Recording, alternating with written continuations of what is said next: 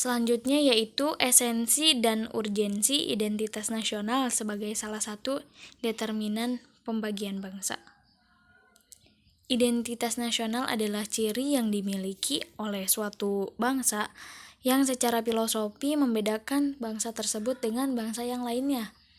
Faktor pembentukan identitas antara lain yaitu primordial, sakral, Bhinneka Tunggal Ika, sejarah perkembangan ekonomi, dan kelembagaan. Yang selanjutnya yaitu esensi dan urgensi konstitusi dan sumber historis, sosiologi, politik konstitusi dalam kehidupan berbangsa dan bernegara. Konstitusi merupakan aturan atau hukum yang membatasi kekuasaan pemerintah agar tidak bertindak sewenang-wenang. Konstitusi juga merupakan aturan yang mendasar dalam sebuah negara agar roda pemerintahan bisa berjalan terarah dengan adanya konstitusi. Dan menurut Lord James Bright, konstitusi adalah kerangka negara yang berorganisasi melalui hukum dengan hukum. Dinamika konstitusi meliputi Undang-Undang Dasar Negara Kesatuan Republik Indonesia 1945 dan sebagainya. Konstitusi juga terbagi menjadi dua, yaitu konstitusi tertulis dan konstitusi tak tertulis. Konstitusi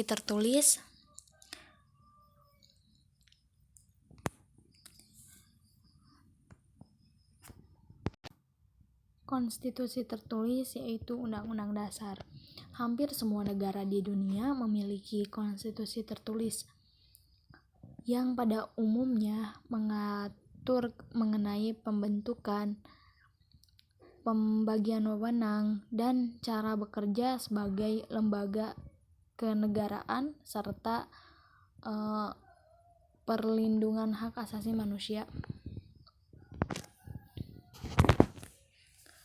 Yang selanjutnya yaitu konsep dan urgensi harmoni kewajiban dan hak negara dan warga negara. Hak warga negara dapat diartikan dengan suatu wewenang yang dimiliki setiap warga negara untuk melakukan sesuatu namun sesuai dengan peraturan perundang-undangan. Dengan istilah lain, hak masyarakat negara adalah suatu keistimewaan yang menghendaki supaya masyarakat negara diperlakukan sinkron keistimewaannya. Kewajiban dan hak negara dan warga negara juga meliputi agama, pendidikan dan kebudayaan, perekonomian dan kesejahteraan rakyat, dan pertahanan dan ketahanan negara. Hak juga terbagi menjadi dua, yaitu hak mutlak dan relatif. Hak adalah kuasa untuk menerima atau melakukan suatu yang semestinya diterima atau dilakukan oleh pihak tertentu dan tidak dapat oleh pihak lain manapun. Selanjutnya, demokrasi Pancasila. Demokrasi berasal dari bahasa Yunani, yaitu demos yang artinya rakyat dan kratos artinya pemerintah. Demokrasi bisa diartikan suatu pemerintahan yang melandaskan kedaulatan rakyat, di mana rakyat sebagai kedaulatan pemerintahan yang sangat tinggi, yang tertinggi. Indonesia dengan memiliki nilai luhur yang tergambar di dalam Pancasila membuat negara ini berlandaskan demokrasi Pancasila, yaitu pemerintahan berkedaulatan rakyat dengan berdasarkan pada nilai-nilai luhur Pancasila. Selanjutnya, implementasi demokrasi. Implementasi berarti mengimplementasikan. Arti implementasi ialah kegiatan yang dilakukan melalui perencanaan dan mengacu pada aturan tertentu untuk mencapai tujuan tersebut. Adapun konsep Demokrasi dipraktekkan di seluruh dunia secara berbeda-beda dari suatu negara ke negara lain. Setiap negara bahkan orang menerapkan definisi dan kriterianya sendiri-sendiri mengenai demokrasi itu. Selanjutnya yaitu konsep dan urgensi penegakan hukum yang berkeadilan. Penegakan hukum adalah proses dilakukannya upaya untuk tegaknya norma-norma hukum secara nyata sebagai pedoman perilaku dalam lalu lintas atau hubungan-hubungan hukum dalam kehidupan bermasyarakat dan bernegara. Negara merupakan organisasi kelompok masyarakat tertinggi karena mempunyai wewenang untuk mengatur dan mengendalikan masyarakat, bahkan memaksa secara sah untuk kepentingan umum yang lebih tinggi demi tegaknya hukum. Selanjutnya yaitu wawasan Nusantara.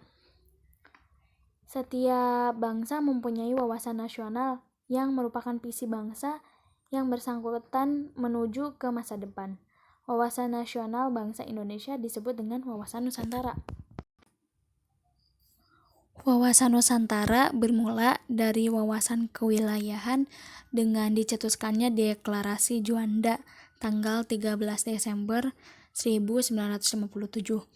Inti dari deklarasi itu adalah segala perairan di sekitar, di antara dan yang menghubungkan pulau-pulau yang termasuk negara Indonesia dengan tidak memandang luas dan lebarnya adalah bagian-bagian yang wajar daripada wilayah daratan negara Indonesia.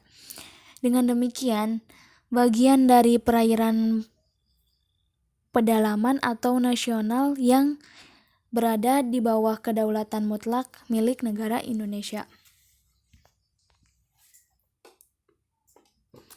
Selanjutnya yaitu ketahanan nasional dan bela negara.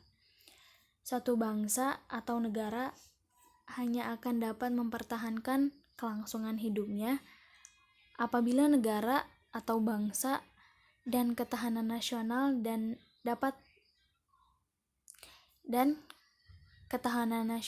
dapat dibedakan menjadi 3, yaitu ketahanan nasional sebagai doktrin, ketahanan nasional sebagai kondisi, dan ketahanan nasional sebagai strategi. Saya jelasin lagi sedikit karena di sini ada kekurangan sedikit. Suatu bangsa atau negara hanya akan dapat mempertahankan kelangsungan hidupnya apabila negara atau bangsa itu memiliki ketahanan nasional. Ketahanan nasional juga terbagi menjadi 3, yaitu ketahanan nasional sebagai doktrin, ketahanan nasional sebagai kondisi, dan ketahanan nasional sebagai strategi. Selanjutnya yaitu ketahanan nasional dan wawasan Nusantara. Wawasan Nusantara sebagai konsep ketahanan nasional. Wawasan Nusantara yang dijadikan konsep dalam pembangunan nasional kewilayahan juga mencakup kesatuan politik, kesatuan sosial dan ekonomi, kesatuan sosial dan politik, kesatuan keamanan dan pertahanan.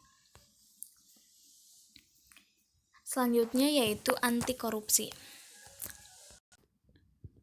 Korupsi merupakan tindakan pejabat publik, baik politisi maupun pegawai negeri serta pihak lain yang terlibat dalam tindakan yang dibilang sangat tidak wajar itu. Banyak sekali pihak yang dirugikan dalam kasus korupsi. Penting sekali memberikan pendidikan moral kepada generasi penerus sejak dini agar terjauh dari tindakan korupsi.